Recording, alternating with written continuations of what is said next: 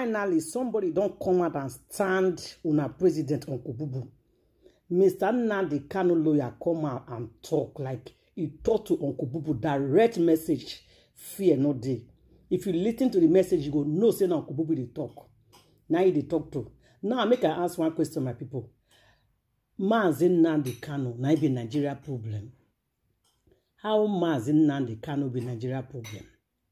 The person when he thief 80 million, I be 80 billion, sorry, 80 billion naira. All of them know what they talk. How many arrests they don't arrest now? What they don't do right now?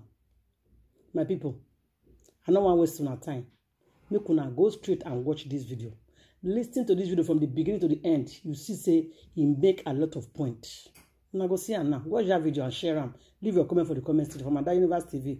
I go see you again for my next video. Thank you guys and God bless. Nnamdi Kanu was with his father, His Royal Majesty, the traditional ruler of Afaruku, Ibeku, Umuahia, Abia State, when the military invaded their house in the name of Operation Python Dance.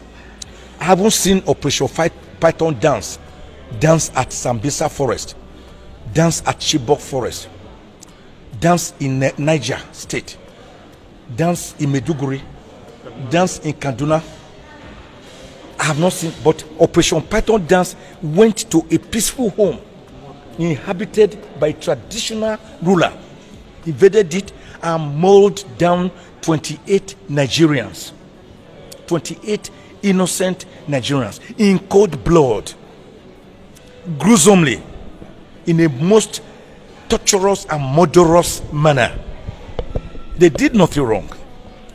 Nnamdi Kanu, by the whiskers, like the cat with 9 lives, proverbially, he was able to escape.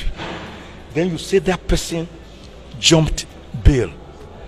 And it is based on that so-called jumping bail that even some of the counts they have tried to amend are still coming up. And all their opposition to bail application, contrary to section 36 of the Constitution, contrary to the presumption of innocence on the part of every accused person, since our criminal justice system is Anglo-Saxon based, presumption of innocence and not presumption of guilt, which is the French model, which is accusatorial, which is inquisitorial.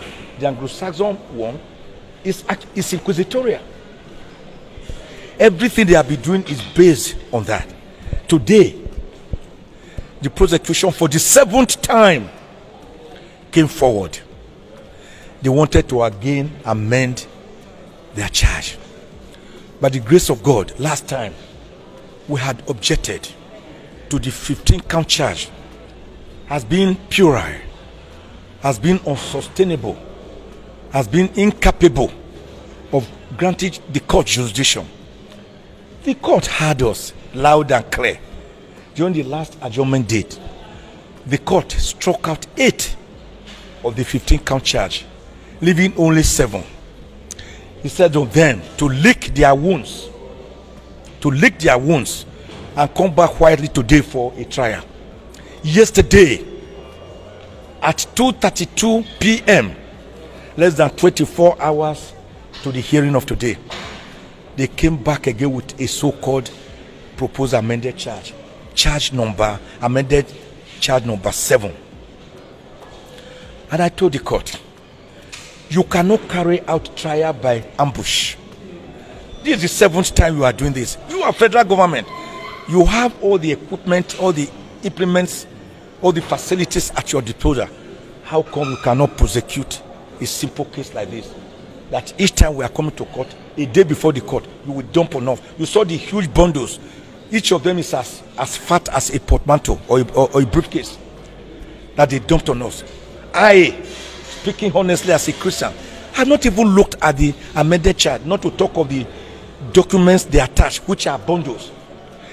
The client, the defendant, Nnamdi Kanu, does not even know what they are coming with. And guess what?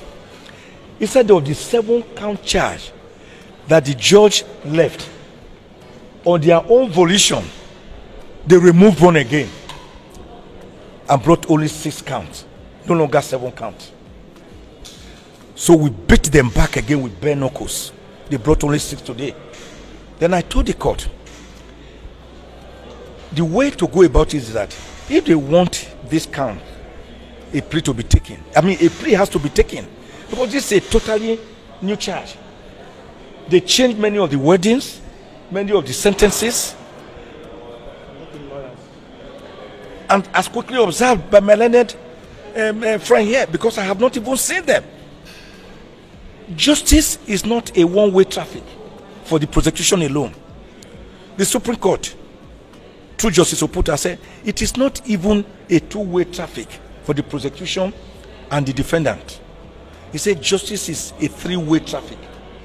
Justice for the prosecution or plaintiff, justice for the accused or defendant, and justice for the general public, members of the public, the society, which is watching, as all of you were in the court watching. Can justice be said to have been done in this case? If so, is it manifestly seen to have been done? That is the question you will be asking yourself. But what they have always done in the name of trying to prosecute the defendant is to try to overreach us, try to ambush us, and today we resisted that ambush. And again, the court saw with us. I said, you can't do this. You continue to say, under the ACJA, ACJA, the prosecution can always amend his count as many times as possible, even on the day of judgment. ACJA, for God's sake, is an inferior law subject to the Constitution of the Federal Republic of Nigeria. It is a mere act of parliament. The Constitution is the ground norm, the font origo. In the hierarchy of law, it is the master law. That is why I regard the Constitution as the Oba, the Eze, and the Emir of our laws. Other laws like ACJA are inferior laws made by National Assembly. They are like ballet or district heads. So what happens when there's a conflict between these laws like ACJA and the Constitution? The Constitution tells us, Section 1, Subsection 1, say this Constitution is supreme. Supreme. And then it goes on in Section 1, Subsection 3 to say, if any other law is still consistent with the provisions of the Constitution, that other law will be void to the extent of the inconsistency. So each time they mount this ACJA, who the judge from the bench today observed has many contradictory provisions. In fact, the ACJA, if you look at it, almost forgot the Federal High Court.